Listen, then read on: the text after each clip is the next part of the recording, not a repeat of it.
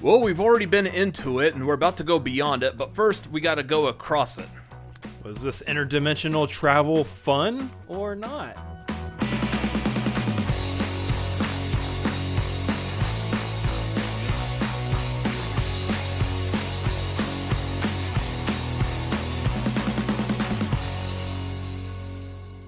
Welcome to the Cinefanatics. My name's Robert Adams. I'm Chris Adams. And today we've got a spoiler-free review for Spider-Man Across the Spider-Verse. That is going to get harder and harder to make sure, because when you're recording like this, some cases it feels like you're just rambling. Most of the time, me. And it's going to be hard to really, at a moment's notice, talk about a movie and realize if you're trying to say into, across, or beyond. Honestly, I thought you said Spider-Dan for a minute, and I was like, is that some kind of plumber who also does superheroics on the side? He was in the background of that one shot, that one scene you didn't get the opportunity to pause because you were in a movie theater. He was the one Spider-Man that was chasing Miles. Right off the bat, that does lead me into the very first thing I should say. This movie is going to be extremely pausable. It's going to get paused a lot, okay? This movie's going to get paused more often than your old VHS copies of Basic Instinct. I'm just saying. Or your brain, apparently. Yeah. Also, we want to reiterate here. That joke. We want to reiterate here that this is definitely a spoiler-free review, and there's a whole lot to spoil about this movie. Yes. So we're not going to do that. No. We'll talk about the things that you can, obviously see, in the trailers, but that's about it. Yeah. Which was a whole lot of Spider-Man. We already saw, a bunch of Spider-Mans in the trailers, so, yeah. Spider-Man's all over the place. Yeah, there's a ton of Spider-Mans.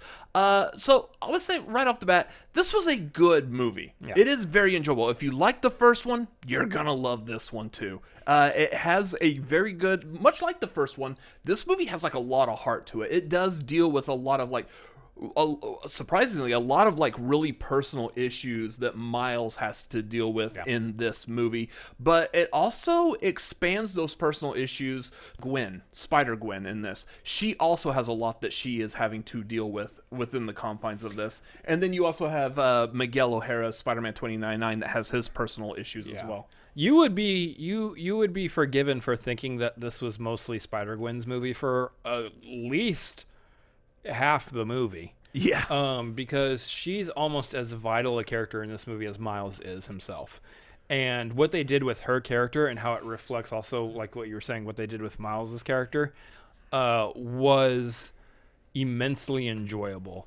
I love that they gave more time to her to kind of flesh through her own personal issues too, rather than just being a random character that just knows all, her and the other Spider-Mans that popped up into the Spider-Verse kind of we're just gonna come in here and we just know how being a Spider-Man is, how it works to be a Spider-Man or a Spider person. And in this movie we actually see her have real actual issues that she has to combat and battle with as a Spider person herself. So I think it was a very fun and interesting aspect for this movie. Yeah, I very much, when the Spider-Gwen first came out, as a comic book character, I was like, why are we doing this? Anything we can twist to just sell another comic book, we're squeezing, all these little ideas and stuff. Between then and now, they have, both the comic books and the movie makers here, have easily developed Spider-Gwen into a very, very good character. And I'm super interested in following her story now. Yeah, and on top of that, of course, there's so much nuance to this movie and what actually happens, because you can watch the trailer and kind of have an idea of what direction the story goes in, and to some degree the trailer does give you basically what the story is about. But there is a lot that the trailer leaves out. There's so much, you're inclined to think one way about Spider-Man 2099. He's a very fascinating, very deep character, I would say, in this movie, where there's definitely a lot of inner pain and everything that has shaped his life, has guided the direction of where he is by the time we catch up with him in this movie. And you don't catch really any of that in the trailer, much more so than that. there's also an extra force. There's something happening that the trailer doesn't really show off either that kind of informs the entirety of the arc of the movie. And I think they handled literally all of that very, very well. Just this movie is, as Thanos would like to put it, perfectly balanced as all things should be. Yeah. I kind of want to piggyback off of your talking about Spider-Man 2099, Miguel O'Hara. The reason that I like his character, first of all, I was collecting comics during the 90s when Marvel decided in their weird, like, we're about to go bankrupt in the 90s, they decided to give us a couple of stories of how that Marvel universe would look in the future of 2099. So we got Spider-Man, X-Men, Doom, Ravage, Punisher. Like, we got a bunch of characters. There was 2099 Unlimited that was all about the future Hulk and whatnot. We got all these future stories of these characters, and for the most part, none of them are really the same characters that we're used to in the current comics or movies right now. So Miguel O'Hara was an entirely new character. And what I like about this movie is how much they pay homage to that character. How much, like, little details about that character that started in that comic, which was okay comic. It was really good. I enjoyed it. It was probably my favorite of the 2099s. But they included so much detail in here that they didn't have to do. Yeah. Not spoilery, but one of the things I picked up on is in the 2099 comics, they had fun with the fact that in that future, we all have different curse words. And a lot of the curse words are made up of just normal words that we say every day. And they do that in this movie, and I was like, that's amazing. And that leads me to something else about this movie. Again, this movie's going to get paused a lot because there's so many little details and Easter eggs, both visually and audibly. There's some of stuff that they ramble off and say, especially when they're talking about Spider-Mans from different dimensions, whether it's the actual dimension numbers they come from, or their past, their history, their real name, or something like that, is all ties to the comic book. So if you are a fan of Spider-Mans in general, you're going to have a field day with all the Easter eggs. And I don't even think New Rockstars can count all the Easter eggs from this movie. I don't think that's possible. It'll be interesting. I'm going to check out that video when they release it because it's going to be 5 hours long. It will be very long, and like I also want to now go and see Coy Jandreau's reaction to this because he's one of the biggest Spider-Man fans I think I've ever met, and he's got to be over the moon with this. Right. There's just so much here, from the detail with Miguel to the details in the background, the different Spider-Mans that you can pinpoint, pick out, and see from like different runs of comics, different TV shows, video games, all sorts of locations that all these Spider-Mans that show up in the background come from. It is very easy, especially after you've seen Into the Spider-Verse, now watching this one, you can tell that Lord and Miller they have such a deep love for the Spider-Man mythos, and they're giving it in spades to us, the audience. And I think that's something that also separates the Spider-Man mythos apart from other superheroes, is that as we see reflected in this movie with Miles, as we've seen with like Peter and other instances, there's a lot of like just relatability to the character of Spider-Man, who he is, what he goes through, the struggles of having to battle with everyday life, being a superhero, and not necessarily being able to solve all the problems that happen in your life, but then also kind of just being told, no, you can't, and then having to battle with whether you actually can or not. Like, there's just so much. There's so many layers to the character of Spider-Man, and they really explore a lot of that in Across the Spider-Verse. I think is really, really good. Yeah. Story-wise, again, story's fantastic. Characters are fantastic. Voice cast is excellently done. Perfect. We got Oscar Isaac as Miguel. Issa Rae is Jessica Drew, which I love the inclusion of her character, which was kind of a redo from the original Jessica Drew. I do like the comics, they changed her to being black and pregnant. Yeah. And I love that rendition of that character. It's just amazing that she's pregnant and she's a superhero. I love that. Yeah. All pregnant women are superheroes. Absolutely. The ability to carry life is a superpower in and of itself. True. And then also stuff like we've got like the Scarlet Spider, Ben Reilly. He's all in a comic book format. He's got like that comic book angstiness about him that was very well done as well. Like all the characters that they really focus on, I think were excellently handled. The family outside of just the core spider people, you got Miguel's parents that are phenomenal in this movie. I love them so much. Yeah, Miles's parents were great. Yeah. What did I say? Miguel. Miles' parents are great. Yeah, we don't see Miguel's Everybody's name starts with an M. I know. We see Miguel. Miguel has the holographic assistant Lila, which is also from the comic books, and I love how she is portrayed in this movie as well. And then you got like Spider-Gwen's. It does dabble with some of Spider-Gwen's family as well. That dynamic. If you know the comics, you know the direction that potentially could go, and I love how they deal with that as also. So yeah, really good things there. As far as like anything negative about this movie, I know. And of course, he's going to be the one to bring it up. Yes. Well, I mean, did you have anything else you wanted to say? No. Okay. The negative thing you're about to bring up is my negative too. Yeah, there really is only one negative thing, and I'm going to preface this that we did not know about this before seeing this movie. This movie is easily trying to beat Tenet as far as the worst sound mixing in a movie. It was not great. It was absolutely terrible. There's the character, I think it's the Spider-Punk that's Hobie, voiced by Daniel Kaluuya. Yeah. And almost every time he talks, I can't understand what he's saying. Yeah. He is mixed way too low. Yeah, his dialogue, anything that character was saying, we couldn't hear almost a single word of it. I mean, for the most part, he might as well have not have been in this movie.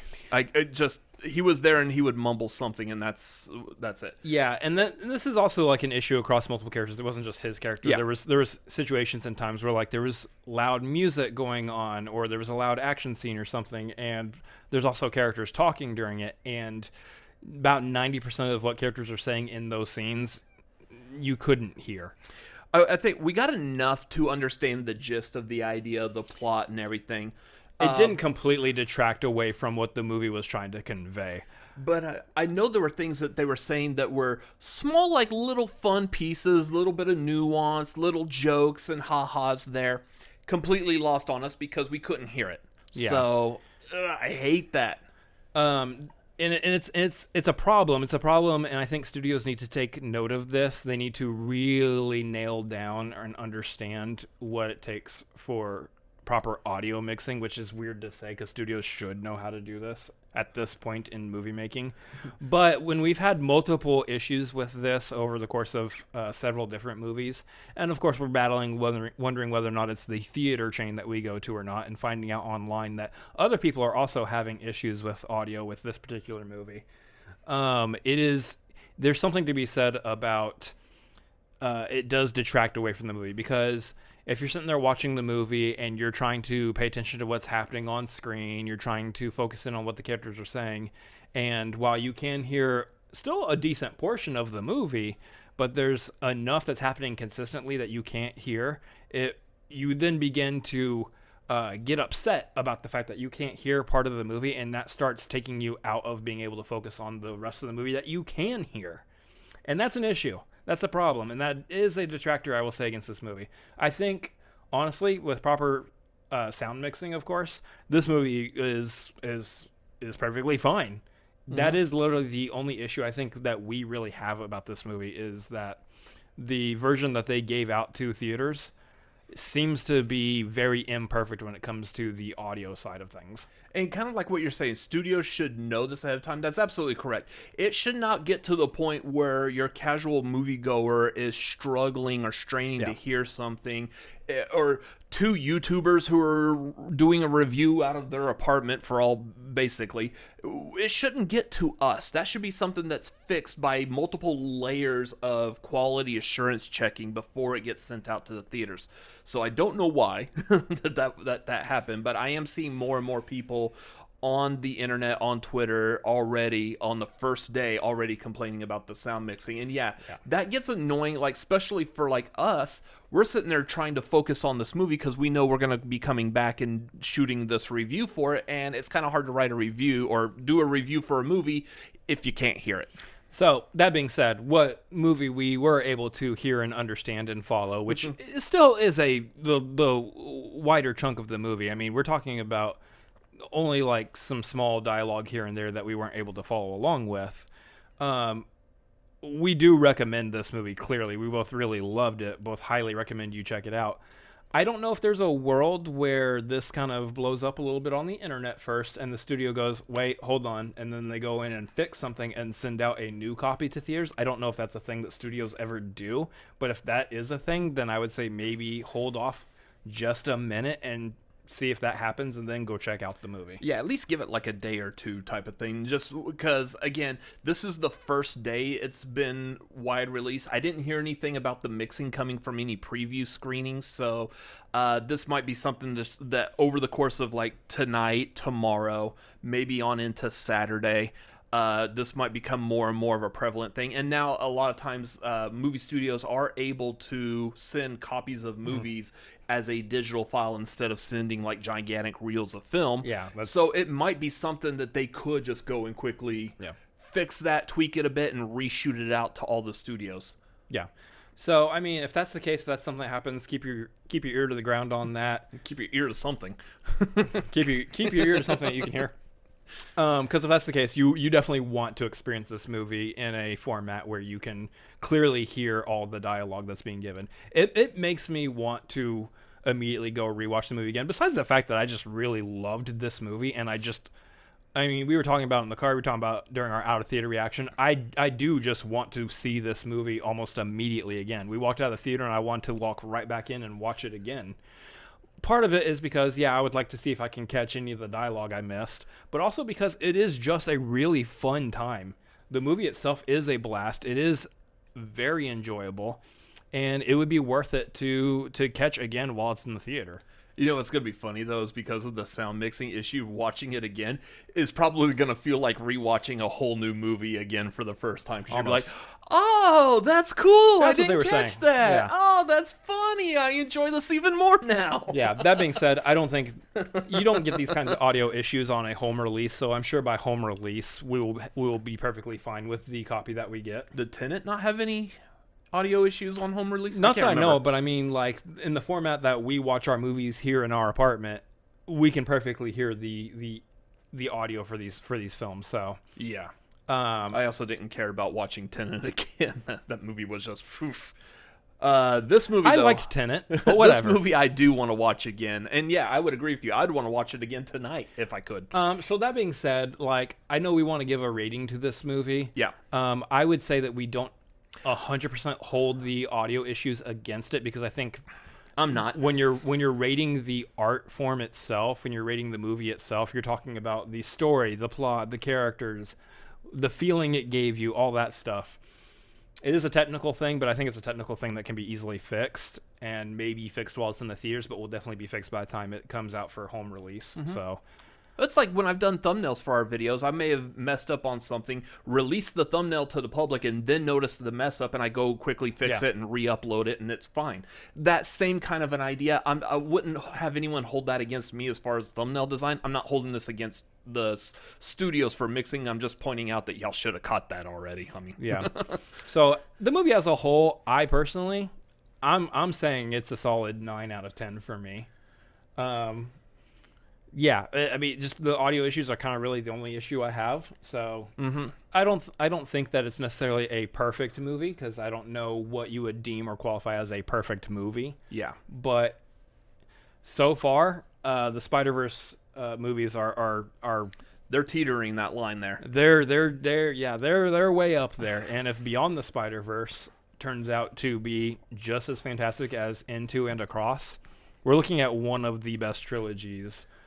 Both in comic book history and I think just movie-wise in general. It'll be up there with the Guardians of the Galaxy trilogy, in our opinion. Might be past and a lot of other people's opinions, too. It. As far as reviewing it, I'm going to probably give it like an 8 out of 10. The only other real downside for me is it felt like it was a little bit long. It did feel like there was a lot of stuff in there. There were a couple of scenes I feel like were overly stretched that could have been tightened up just a little bit more. I love how I did the Alan Tudyk Titan from Knocked Up. But yeah, it could have been tightened up a little bit more, shortened a bit. Just quickly get to the point and move on. We didn't need to linger so much on that. Yeah.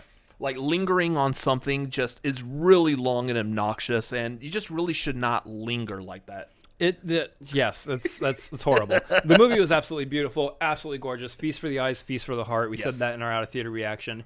Absolutely worth checking out. I do recommend you go check it out in the theater. Hopefully, when you get around to seeing it, they have a proper sound mixing going on. But otherwise, that's our review. Yeah, so what did you think of this movie? Let us know down below in the comments. Were you able to hear it a little bit better? Let us know that as well. I just really want to see, like, gauge the is this being fixed situation. But yeah, let us know your thoughts. While you're down there, also make sure you hit that like button and subscribe to the Cinefanatics. We're doing all kinds of fun things on this channel, so please come back and watch all the other cool, fun live streams and videos and reactions that we are doing here. Yeah. Make sure you follow us on social media. We are at the Cinefanatics on Twitter and Instagram. You can follow me personally at Robert Adams MLP on Twitter, Instagram, Letterboxd, also youtube.com/@RobertAdamsMLP. You can follow me at Chris Adams MLP on Twitter, Instagram, and Letterboxd, as well as twitch.tv/ChrisAdamsMLP. Yeah, and that's going to do it for this video. Thank you for watching this. We will catch you on the next one.